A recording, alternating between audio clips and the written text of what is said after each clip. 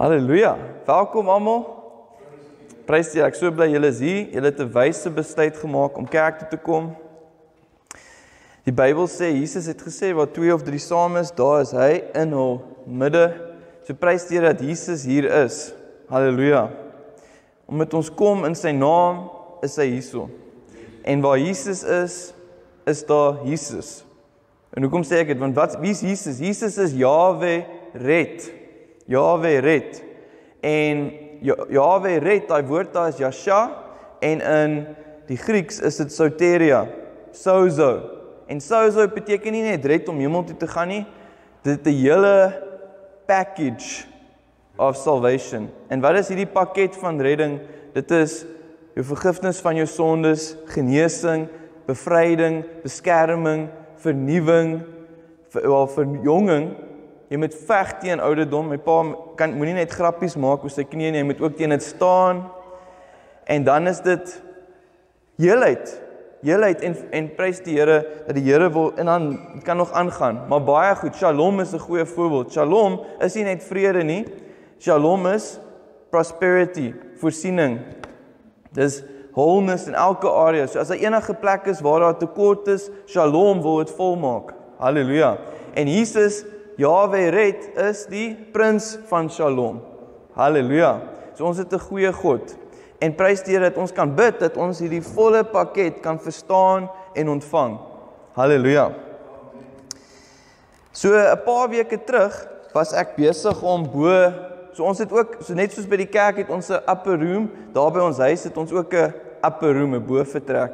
En toe in ons bovertrek was ek besig om gitaar te speel en die Here te aanbid. En toe ewe skielik, toe begin ek juk. Soos baie juk, my kop juk en my arms juk, my hele lyf begin juk. Toe sê ek soos, wat gaan aan? En toe kyk ek, toe is dit luise. En is daai klein luise. En toe wonder ek nou, waar kom hierdie luise vandaan? Toe kyk ek uit die spieël, toe staan hierdie voël wat so vlieg die hele tyd op en af. Toe is dit mynas. En hierdie mynas het toe 'n nes in ons plafon gemaak. 2 groot neste. En dan toe wonder ek, is dit nou, maar toe wonder ek, is dit bo op die dak, maar dan hoekom die luise in, of is dit nou in die plafon? Jy weet, tussen die dak en die plafon. Toe maak ons die skuifding by die plafon oop, toe kon jy kliphard hoor hoe die babetjies, die kykentjies skree. Toe is hulle in ons plafon.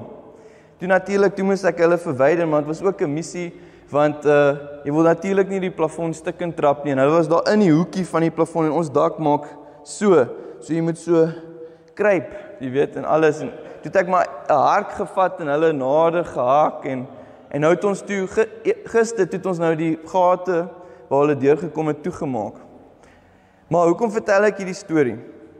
So die Bybel sê vir ons, dat jy kan nie voël stop, om bo jou kop te vlieg nie. Maar jy kan voël stop, om 'n nes in jou kop te maak, in jou denke, in jou gedagtes. Jy kan nie stop, dat gedagtes, dat voëls, verby jou vlieg nie. Maar jy kan stop, dat hierdie voëls kom, en hulle maak neste in jou gedagtes, in jou denke. En eintlik die persoon wie dit gesê het, was Kenneth Hagin. En Kenneth Hagin het gesê, ons kan nie keer dat 'n voël oor ons kop vlieg nie, maar ons kan keer dat 'n voël in ons hare kom sit, en daar 'n nes maak. Nou wie is hierdie voëls? Die voëls is gedagtes. Nou waar kom hierdie gedagtes van? Die eerste ding wat ek vir julle wil sê, baie kere voel jy veroordeel, en jy voel vies, of jy voel teleurgesteld met jouself, as jy gedagtes kry, wat sondige gedagtes is, of selfs net menslike gedagtes. Sien jy, hier is ons mynas wat in hierdie dak ook nes wil maak. Ek sien hoe vlieg hulle so op. So, hierdie gedagtes, hierdie mynas wil oral neste maak. Maar jy kan hulle nie stop nie. Nou waar kom hierdie gedagtes van? Die gedagtes kom baie kere van die duiwel af. Eintlik, jy kan amper sê, ek's amper seker 99% van die keer, gaan jou gedagtes of van die Here afkom, of van die duiwel. En jy kan net kies, wie se gedagtes gaan jy toelaat, om 'n vesting, geloof, hoe jy glo beïnvloed. Nou, kom ons kyk na 2 Korintiërs 2 vers 11. Het sê vir ons, sodat Satan nie die oorhand oor ons kan kry nie. So wat wil Satan doen? Hy wil die oorhand oor ons kry. Hoe doen hy dit? Dan sê hy, ons is immers nie onbekend met sy planne nie. So Satan wil die oorhand oor ons kry. Nou wat dink baie Christene? Hulle kry hierdie vieslike gedagte. En baie kere, Satan is so slim, wat doen hy? Hy sê vir jou, daai gedagte is ek is so, of ek haat hierdie persoon, of ek haat hierdie, of selfs, jy kan ook sê selfs blasphemous thoughts, ek haat vir die Here, of ek haat hierdie, of ek is vies vir hierdie, of ek is so sleg, of wat ook al. Jy kan enige gedagte sê, maar Satan sê die ek. Hy gaan mos nie sê jy, want dan gaan jy weet, wie sê jy in my kop? Hy sê ek. En dan dink jy daai gedagte kom van jou af. En dan sê hy, so ons is immers nie onbekend met sy gedagtes nie. So die Satan plant gedagtes in jou kop. Hy saai gedagtes in jou kop. En hy sê ek is so, of ek is dit. Maar nou wat gebeur? Ons kan besluit of ons daai gedagte gaan vat, of ons dit net gaan ignoreer, of 'n ander gedagte van die woord gaan vat. Nou hoe vat jy 'n gedagte? As Satan 'n gedagte in jou kop plant, hoe vat jy daai gedagte? Matteus 6 vers 31 sê, julle moet dus nie terwyl julle jul bekommer en kwel en gedagtes dink en dan sê wat julle dink nie. So baie kere dink jy iets en dan selfs net deur om vies vir jouself te word of selfs net om jammer te sê vir daai gedagte, vat jy daai gedagte. Wie sê daai gedagte kom van jou af? Dis so goed as wat ek in 'n trein ry en ek ry in hierdie trein en daar kom 'n sign op langs die trein. En hy is 'n vieslike sign. As ek sê, ek so jammer vir daai sign. Ek so jammer vir daai teken of ek ry langs die pad en iemand het graffiti teen die muur gemaak. Lelike graffiti en ek ry en ek sê, ek so jammer Here vir daai graffiti. Jy weet, ek het niks met daai graffiti doen, dis nie my skuld nie. So dieselfde daai gedagte wat in jou kop kom nie van jou af nie, dis van die duiwel af. Nou wat doen jy? Jy vat 'n ander gedagte, jy vat wat die Bybel sê. En dis hoekom dit so belangrik is, soos die Bybel sê, to renew your mind, om die gedagtes van die Here te hê. En hierso sê hy in konteks van Matteus 6, sê hy, hierdie gedagtes is angstige gedagtes. Angstige gedagtes sal kom. En die manier waarop ons keer dat hierdie angstige gedagtes ons gedagtes word, is dat ons nooit hierdie vrese uitspreek nie. Ons neem gedagtes of maak hulle ons eie deur hulle te sê. So let op dat ons hierdie gedagtes nie moet uitspreek nie. As jy 'n negatiewe gedagte het, spreek jy dit nie uit nie. Jy spreek dan die woord van God uit, die wil van God uit. Halleluja. En natuurlik, as hierdie gedagtes nie van ons kom nie, kom dit of van wie? Dit kom of van God af, as dit 'n positiewe gedagte is, of dit kom van die duiwel af, as dit 'n negatiewe gedagte is. So jy kan kies watter gedagtes jy wil neem as jou eie. Prys die Here. Nou kom ons kyk, hierdie is waar die oorlog plaasvind. Die oorlog, die geveg vind plaas tussen jou twee ore, in jou brein, in jou gedagtes. En is 2 Korintiërs 10. En kom ons begin in vers 1. 2 Korintiërs 10 vers 1 sê, en ek self, Paulus, doen 'n persoonlike en ernstige beroep op julle, by die sagmoedigheid en vriendelikheid van Christus.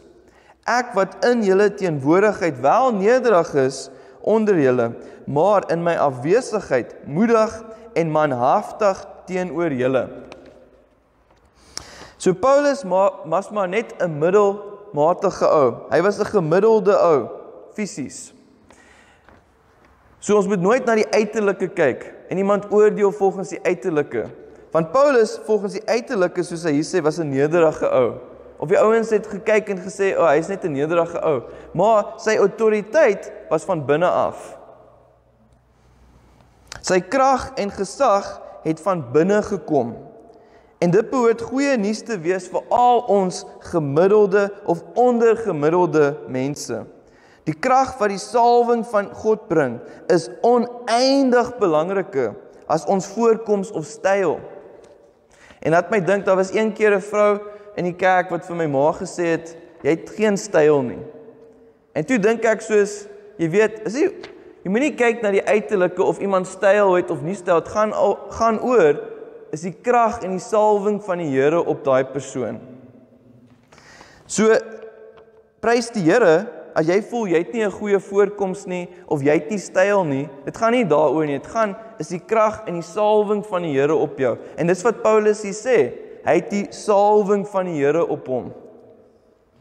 En 2 Korintiërs 10 vers 2 gaan dan aan en sê, ek smeek en pleit dan, dat as ek teenwoordig is, ek nie moedig, manhaftig en streng hoef te wees met die vertroue en vrymoedigheid waarmee ek meen om dit aan te durf teen sommige wat reken en van mening is dat ons volgens die vlees wandel nie. So daar's party mense wat nie Paulus se autoriteit sien nie.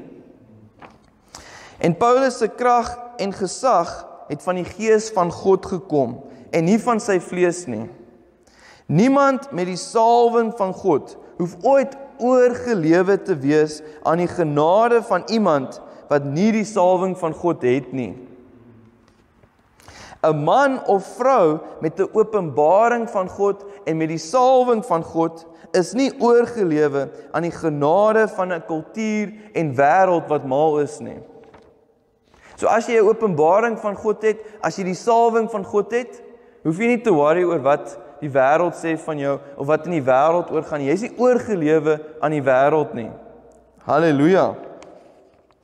Vers 3 van 2 Korintiërs 10 sê, want hoewel ons in die vlees wandel, ons leef natuurlik in 'n menslike liggaam en tree op in menslike swakheid.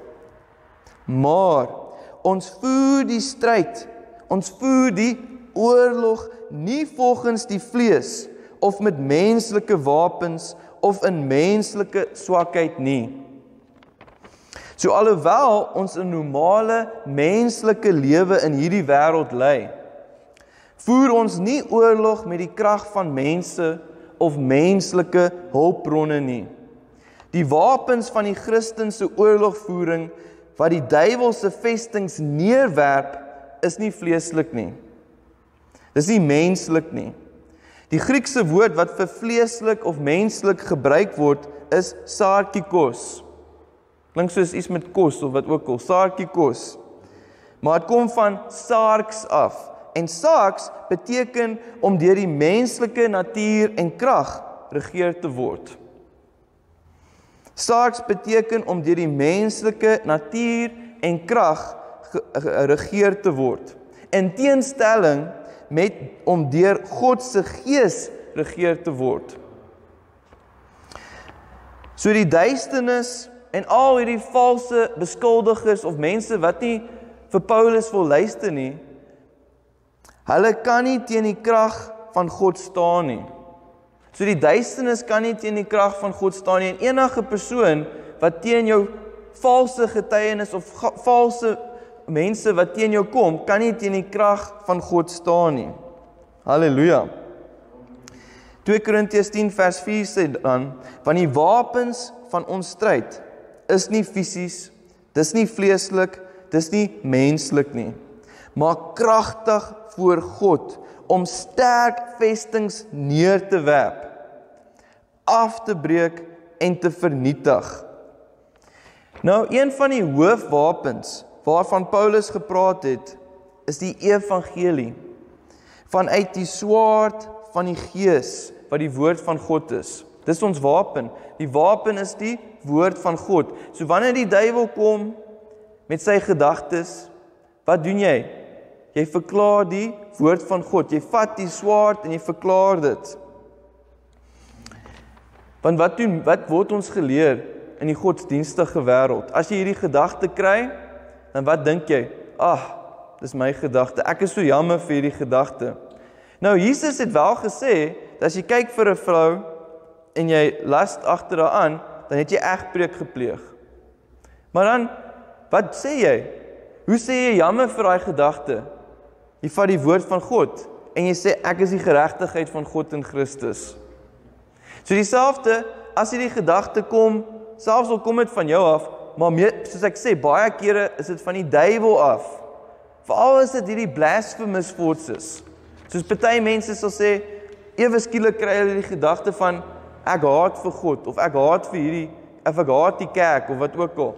Dis nie van jou af nie, is van die duiwel af. Dan wat sê, ek is die geregtigheid van God in Christus, en die regverdiges kom by mekaar. Die regverdige is lief vir die Here. Halleluja. So dit is die woord wat deur God se Gees ondersteun word, wat die vestings van Satan kan afbreek en verpletter. Nou let op, in 2 Korintiërs 10 vers 4, dit sê nie die woord wapen nie, maar wapens, in die meervoud. En dit verwys dat ons baie geestelike wapens het. So vir elke situasie in jou lewe, daar's verse wat jy kan vat. Daar's baie verse en jy het baie wapens. Jy moet hulle net vat en verklaar. Halleluja. So elke Christen is in oorlog. Sê ek is in oorlog. Elke Christen is in 'n oorlog. En daar is voortdurende stryd teen Satan en sy koninkryk, waar daar geen verlof is nie. Jy kry nie tyd af nie.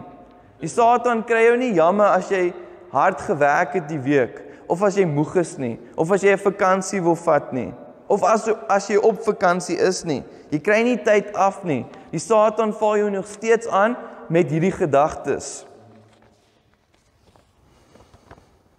Die vyand loop rond soos 'n brullende leeu en soek wie hy kan verslind. 1 Petrus 5 vers 8. En diegene wat die duiwel weerstaan, sal hom sien vlug. Jakobus 4 vers 7. So wat beteken dit? Baie mense sal sê, ag Here, kan ek nie net ophou om hierdie gedagtes te kry nie? Wat gaan gebeur? Die duiwel gaan jou nog steeds aanval. Want die Bybel sê, jy moet die vyand weerstaan. Jy moet hierdie gedagtes weerstaan. En hoe doen jy dit? Ons kom daarby uit. Maar ons het ook klaar een van die woord van God. Jy verklaar die woord van God. En die enigstes wat hy verslind, wat Satan verslind, is diegene wat nie aktief teen hom veg nie. Jy dink, jy's nou op verlof, jy's op vakansie, of jy kort nou 'n breek. Nee, hy hou aan om jou aan te val, so jy moet aktief teen hom staan. Die koninkryk van die hemele word aangeval, sê Matteus 11 vers 12. En slegs diegene wat militant in vasberadenheid staan, sal die byt geniet wat ons sin is deur Christus. Jy moet vas staan. So eerstens, ons eerste punt is om die vestings af te breek. Sê, vestings af te breek. Vestings af te breek. Nou wat is hierdie vestings? Hierdie vestings is gedagtes van die duiwel, leuns of verkeerde gelowe, bygelowe of oortuigings wat jy gevat het oor jare, weke, maande, dalk van kleins af al. Dalk het 'n onderwyseres vir jou iets gesê, of dalk het jou ma of pa iets vir jou gesê, of dalk het 'n vriend iets vir jou gesê, of dalk het jy iets vir jouself gesê, of dalk is dit 'n gedagte direk van die duiwel af, en nou hou die duiwel aan om daai gedagte wat daai vriendin of daai persoon vir jou gesê het, te bly vir jou te tref, te klap met daai gedagte. En dan wat gebeur? Dit word 'n geloof wat jy dan het. Dit word 'n ding wat jy vat en dit word 'n vesting in jou kop, 'n sterk vesting.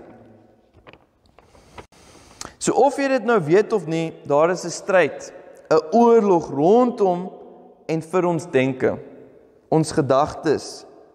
Soos ons sê, die vyand saai leuns en negatiewe gedagtes in ons gedagtes om ons moedeloos te maak en te verslaan. Maar God het ons 'n kragtige wapen gegee om die vyand se gedagtespeletjies te wen. So wat moet jy doen? Jy moet mediteer op Bybelbeloftes, wat God se waarheid oor jou lewe verkondig. En as jy dit doen, begin jy alreeds hierdie stryd wen. So dit is nie toevallig dat Jesus op Golgotha gekruisig was nie. Matteus 27 vers 33 sê vir ons, hulle kom toe by 'n plek wat Golgotha genoem word. Dit beteken skedelplek. So waar is die geveg? Waar het Jesus die oorwinning bereik? By jou kop, by jou gedagtes, by die skedelplek. Dis waar die geveg plaasvind tussen jou ore, hierso. Maak so, hierso. Die duiwel val jou eerste hier aan. Dis hoekom, wat beteken duiwel? Wat beteken Satan? Satan beteken die aanklaer. Hy kla jou die hele tyd aan, maar hy is so slim dat hy nie sê jy is hierdie nie. Hy sê ek is hierdie. Hy kla jou aan die hele tyd. Hy sê ek is skuldig. Ek is verkeerd of ek is hierdie. Terwyl wat sê ons Romeine 8 vers 1? Daar is daarvoor geen veroordeling vir die wat in Christus Jesus is nie. So as jy 'n skuldgedagte kry, sê jy, eerste plek, wat sê Jesus? Jy moet saamstem met jou aanklaer. So as jou aanklaer reg is, sê okay nee, ek het dit gedoen, ek is jammer, maar prys die Here, daar is daarvoor geen veroordeling vir die wat in Christus Jesus is nie. Halleluja. So jou deurbraak moet eers in jou denke en gedagtes begin. Jou deurbraak begin hier in jou gedagtes. Nou hierdie stryd om jou denke word nie ekstern gevoer nie. Ons wapens in hierdie stryd is nie fisies of tasbaar nie. Ons wapens is die wapens van om reg te glo. Sê reg te glo. Die woord van God te glo. En hulle is magtig in God om vestings te verbreek, neer te werp, te verwoes. Halleluja. Hierdie vestings kan slegs heeltemal gebreek word deur reg te glo in die waarheid van God se woord. Kom ons kyk na wat Jesus gesê het. Jesus het gesê, Johannes 8 vers 31 tot 32, as julle in my woord bly, is julle waarlik my disippels, en julle sal die waarheid ken, en die waarheid sal julle vrymaak. So wanneer jy die waarheid glo, dan wat gebeur? Dan breek jy daai vesting af. Wanneer jy daai waarheid vat en jy verklaar dit, breek jy daai vesting af. Prys die Here. Die waarheid van Jesus sal jou vrymaak. En dan maak nie saak wat se leuns en wat se gedagtes die Satan dan vir jou probeer gee nie. As jy die waarheid het, dan smelt daai leuns net weg, soos botter in 'n sonnige dag. Of soos 'n huis van kaarte. As jy daai waarheid het, dan breek jy daai huis van kaarte sommer net so. So wat het ons gesê? Vestings is verkeerde gedagtes en leuns wat oor weke, maande of selfs jare in jou gedagtes voortgeleef het. Hierdie diep gewortelde verkeerde oortuigings en gedagtes veroorsaak dat jy in slawerny aan verslawings en in 'n toestand van vrees, skuldgevoelens, angs of kroniese depressie leef. God se woord sê vir ons onomwonde, duidelik, dat die oorlogvoering in ons gedagtes plaasvind en gewen word deur 2 Korintiërs 10 vers 4 tot 5. Want die wapens is kragtig voor God om sterk vestings neer te werp, af te breek en te vernietig, terwyl ons verbeeldinge, planne verbreek en elke skans wat oprig word teen die kennis van God. Soos jy kan sien, die geveg is vir verbeeldinge, planne, redenasies en die kennis van God is in jou verstand. Die plek waar die vyand sy aanvalle teen jou loods, is in jou gedagtes en verbeelding. So ek glo, dat sodra jy bewus is, dat daar 'n oorlog vir jou verstand en gedagtes is, dat dit tussen jou verkeerd glo en reg glo is, jy reeds die helfte van die stryd gewen het. So wat moet jy doen? Jy moet aanhou luister, jy moet aanhou glo en aanhou om jou denke te vernuwe met die waarheid van God se genade en liefde vir jou. Want geen temptasie, geen leuen kan staan of 'n vesting neem as jy glo en 'n goeie opinie van God se liefde het vir jou nie. En 'n goeie opinie van God se genade vir jou nie. Dis hoekom Adam en Eva nie geglo het regtig dat God lief is vir hulle nie. Want Satan het gekom en gesê, het God regtig gesê? En toe het hulle die duiwel geglo, omdat hulle nie geglo het regtig hoe lief God vir hulle is nie. So watter vesting jy ook al vandag vasgevang met mag wees, die waarheid uit God se woord sal jou vrymaak. Halleluja. Jy kan die vyand se aanvalle verslaan. Sê, ek kan die vyand se aanvalle verslaan. Sê saam met my, ek kan die vyand se aanvalle verslaan. Ek is vrygemaak in Jesus se naam. Halleluja. Nou, hoe doen ons dit? 2 Korintiërs 10 vers 5 gee ons die antwoord. Terwyl ons planne, en die woord planne is letterlik verbeeldinge, redenasies, argumente. En ons verbreek en elke skans wat oprig word teen die kennis van God en elke gedagte gevange neem tot die gehoorsaamheid van Christus. So ek glo dat die verbeelding die deel van ons is waar ons goed verwag. Waar jy letterlik swanger word met iets. Jy kan nie iets doen of iets sê as jy dit nie eers gedink het nie. Jy dink dit eers of jy glo dit eers, dan leef jy dit uit. So die verbeelding is die plek waar jy verwagtend word met iets. Soos Elseke wat verwagtend word. Sê die babatjie word nie wat is. Die babatjie kom nie net nie. Jy's eers verwagtend met die gedagte, jy's eers verwagtend met die verbeelding en dan leef jy dit uit. So dit beteken dat jy die verbeeldinge verbreek en dan jy eerder die hoop van die Here, want meeste van die tyd hierdie verbeeldinge van Satan bring vrees. En dan as jy 'n emosie het van vrees, van angs, van bekommernis, dan weet jy ook klaar hierdie gedagte kom van Satan af. Want die gedagtes van die Here bring altyd hoop en vreugde en vrede. So as jy emosies het van bekommernis, angs, dan weet jy hierdie gedagtes, hierdie geloof wat ek het in hierdie area is verkeerd. En dan ek moet dit verwyder en die gedagtes vat van die Here wat vir my emosies gee van vreugde, hoop. Halleluja. Ons moet ons verbeelding op die Here gerig hou om in volkome vrede te bly. Prys die Here. So let op dat die wapens vir twee goed bedoel is. Die eerste ding is om die verbeeldings te breek en dan elke skans wat hom verhef teen die kennis van God. Nou beide hierdie areas het te doen waar? Met jou verstand. Beide hierdie areas het te doen met jou verstand. So ons stryd teen die duiwel vind tussen ons ore plaas. En die Griekse woord wat vir verbeelding gebruik word is logismos. Sê logismos. So logismos kan ons ook klaar hoor is logic. So baie mense sê hierdie ding is nie logies nie. Nou 'n Christen natuurlik moenie dom wees nie, maar jy werk nie volgens logika nie. Jy werk volgens die woord van God. Nou kom ons kyk na wat ander vertalings sê oor die woord logismos, verbeeldinge. Die Living Bible sê elke trotse argument teen God. 'n Ateïs het 'n trotse argument, hy's 'n dwaas. Hy het geen logika eintlik nie.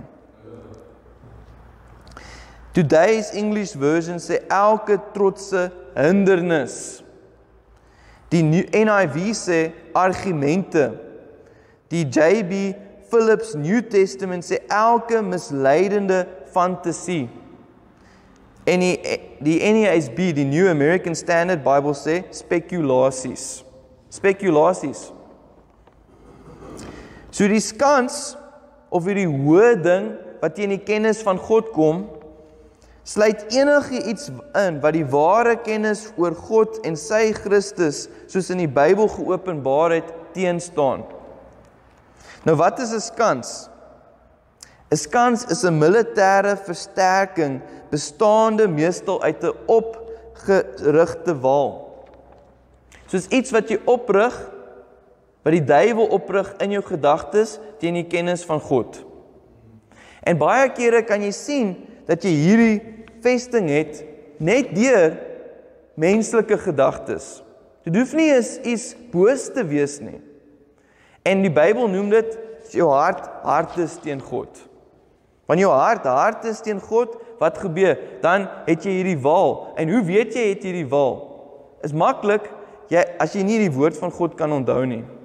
Dis een van die tekens dat jy hierdie wal het teen die kennis van God. Jy onthou nie die woord nie, jy verstaan nie die woord nie, en jy kan nie die woord van God sien nie. Jy kan dit nie eens sien in jou verbeelding nie. Dan het jy hierdie wal. En hoe breek jy dit af? Jy moet fokus op die woord van God en nie fokus op wat die wêreld of die menslike of vleeslike gedagtes sê nie en wat die duiwel sê nie. Die verstand is die slagveld waar gedagtes en redenasies wat strydig is met God se woord gevange geneem en aan Christus ons bevelvoerder onderwerp moet word. Net soos vyandelike soldate in oorlog gevange geneem word, moet rebelle gedagtes gevange geneem en aan Christus onderwerp word. Nou hier is 'n verstommende stelling, maar Paulus het gesê dat dit nie net moontlik is om elke gedagte gevange te neem nie, maar dat die geestelike wapens ontwerp is met uitdruklike doel om elke gedagte gevange te neem en hulle gehoorsaam aan die gehoorsaamheid van Christus te maak. Ons gedagtes kan volkome op die Here gefestig wees. Dit is 'n bereikbare doelwit. Meeste mense sê dit kan nie gedoen word nie, maar dit kan. Dis ons opdrag. Ons moet elke gedagte in gevangenskap bring. Halleluja. Bring elke gedagte in gevangenskap. Nou, hoe doen ons dit? 2 Korintiërs 10 vers 5. Elke gedagte gevange te neem tot die gehoorsaamheid van Christus. Sê van Christus. Nou, wanneer jy leer van hierdie gedagtes wat die duiwel in jou kop sit, wat dink baie mense? Eerste plek, as jy nou glo dis van die duiwel, dan is dit moeilik, want dan moet jy die hele tyd dink jy, ek moet die hele tyd jammer sê vir die gedagtes. Maar wie is Christus? Hy is ons hoëpriester. Jesus is ons hoëpriester. En op die hoëpriester se klere wat hy aan het, het hy 'n doek op sy kop, of jy kan sê 'n helmet of wat ook al, wat sê heilig aan die Here of heilig vir die Here. So die hoëpriester se gedagtes moet heilig wees. Nou Jesus is ons groot hoëpriester en sy gedagtes is altyd heilig en hy verteenwoordig ons. So selfs al is jou gedagtes verkeerd, Jesus verteenwoordig jou en sy gedagtes is altyd perfek. Maar nie net dit nie, jy moet jou gedagtes gevange neem tot die gehoorsaamheid van Christus. Sê die gehoorsaamheid. So dis nie jou gehoorsaamheid nie. Jy is gehoorsaam om jou gedagtes aan die gedagtes van Jesus gehoorsaam te maak. En wat is die gedagtes van Jesus? Wat is die gehoorsaamheid van Christus? Dat Jesus gehoorsaam was om op die kruis vir ons te sterf.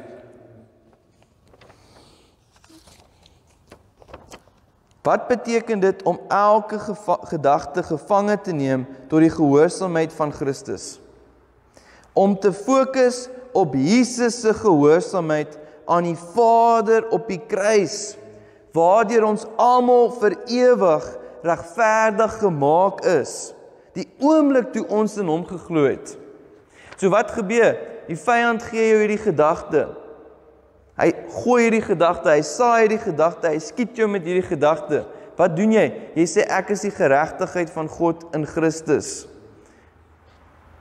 Sê dit, ek is die geregtigheid van God in Christus. Dis hoe jy teen die vyand staan, want jy moet elke gedagte, die vyand gooi hierdie gedagte, jy vat daai gedagte gevange en jy sê ek is die geregtigheid van God in Christus. Dis hoe jy daai gedagte van die vyand gevange hou, gevange maak. En dan kom ons sê dis 'n gedagte van tekort, of wat ook al, die vyand sê, ek gaan nie vir my goed kan betaal hierdie maand nie. Dan sê hy, ek is die geregtigheid van God in Christus, en my God shall supply all my needs. Halleluja. Want dan sê dit in die Psalms, die regverdige, the righteous is not forsaken, nor their seed begging for bread.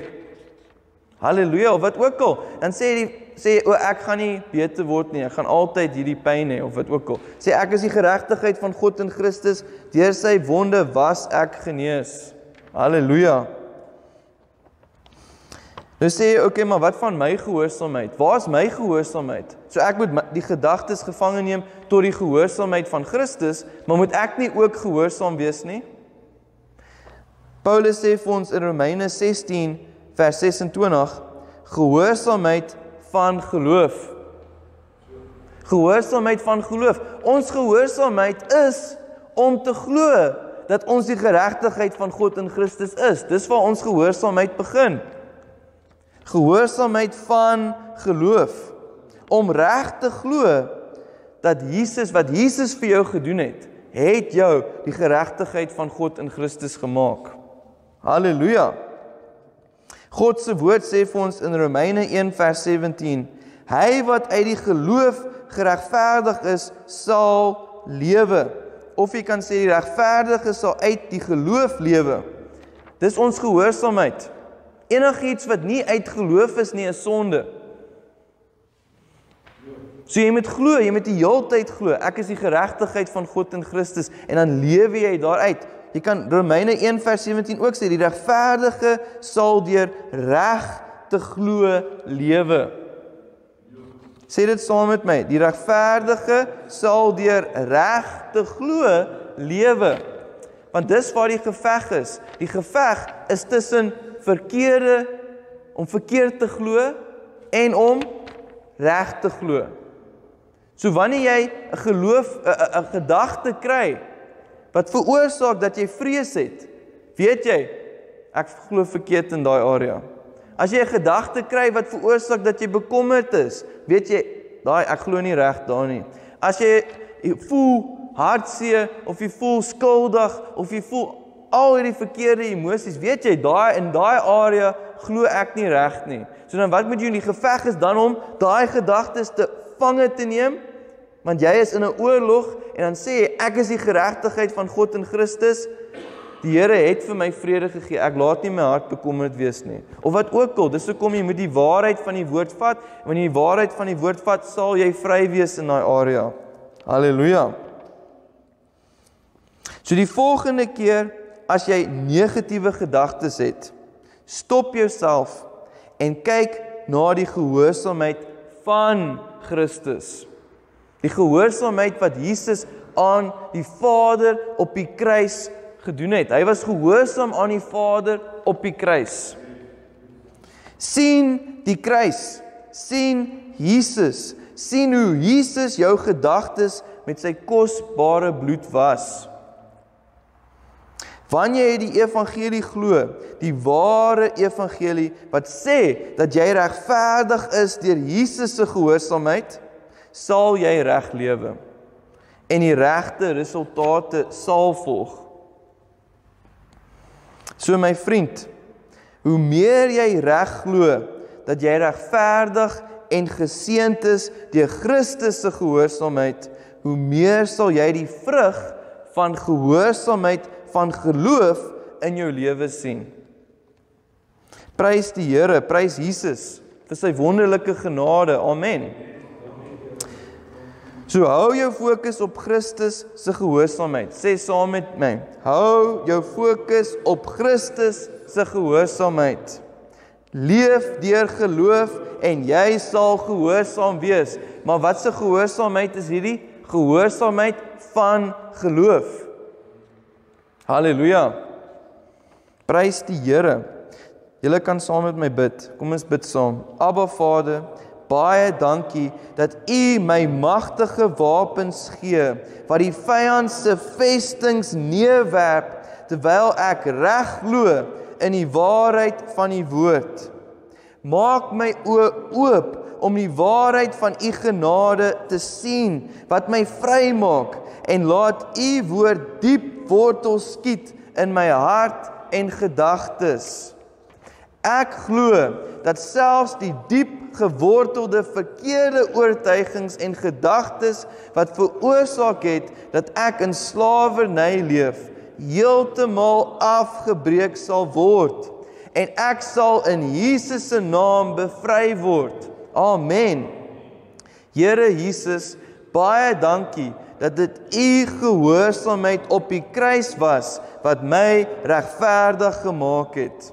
Baie dankie dat terwyl ek my gedagtes op U gehoorsaamheid gefokus hou, dat ek vrug van gehoorsaamheid sal dra sonder moeite.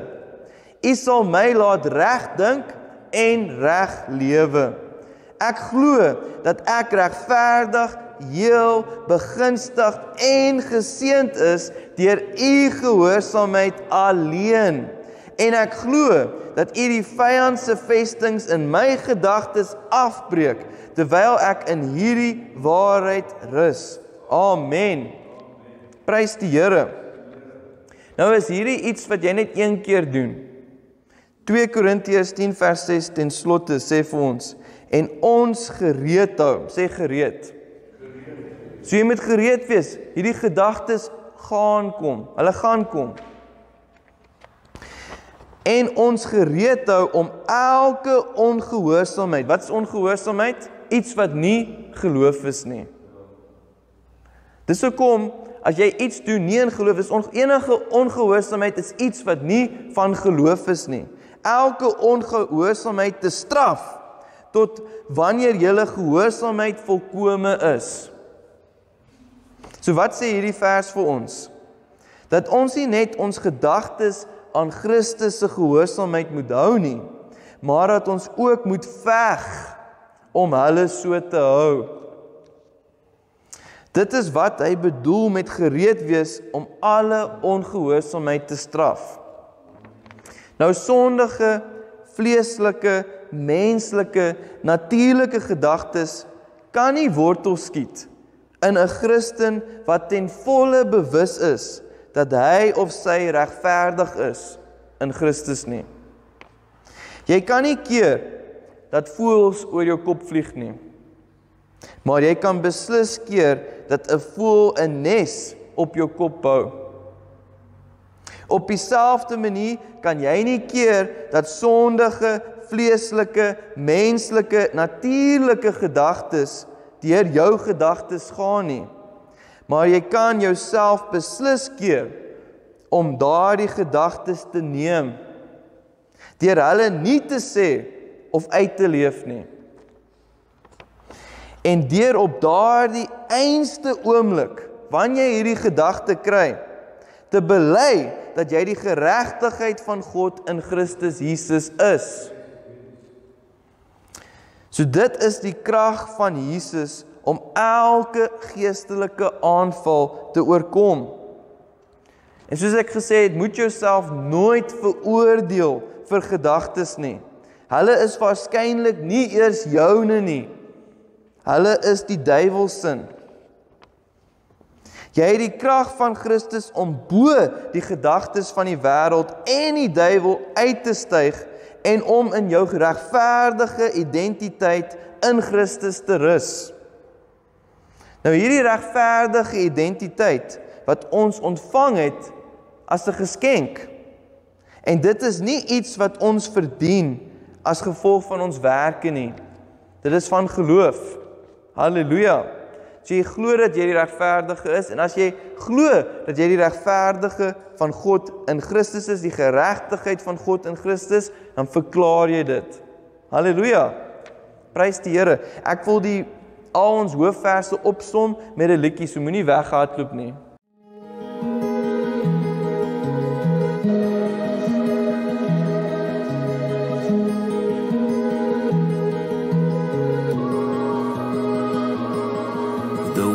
live in the world, we do not wage war as the world does. The weapons we fight with are not the weapons of the world.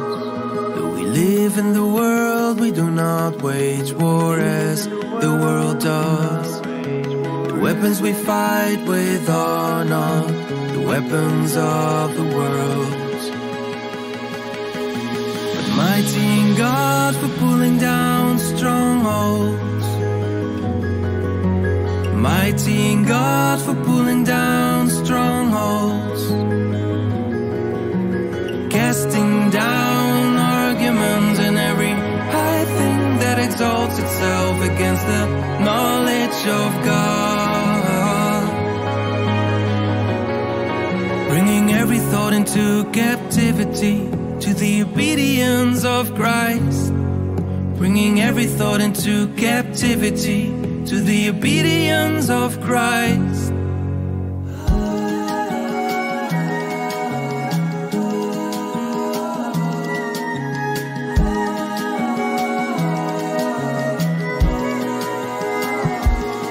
But though we live in the world, we do not wage war as the world does. The weapons we fight with are not the weapons of the world. Live in the world, we do not wage war as the world does. The weapons we fight with are not the weapons of the world. But mighty in God for pulling down strongholds. Mighty in God for pulling down strongholds. Casting down arguments and every high thing that exalts itself against the knowledge of God. Bringing every thought into captivity to the obedience of Christ. Bringing every thought into captivity to the obedience of Christ. Bringing every thought into captivity to the obedience of Christ. Bringing every thought into captivity to the obedience of Christ. Mighty in God for pulling down strongholds. Mighty in God for pulling down strongholds. Casting down arguments and every high thing that exalts itself against the knowledge of God.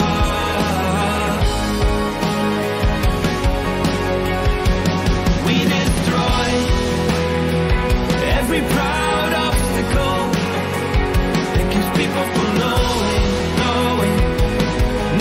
God. Oh, we destroy every proud obstacle that keeps people from knowing God. Bringing every thought into captivity to the obedience of Christ. Bringing every thought into captivity to the obedience of Christ.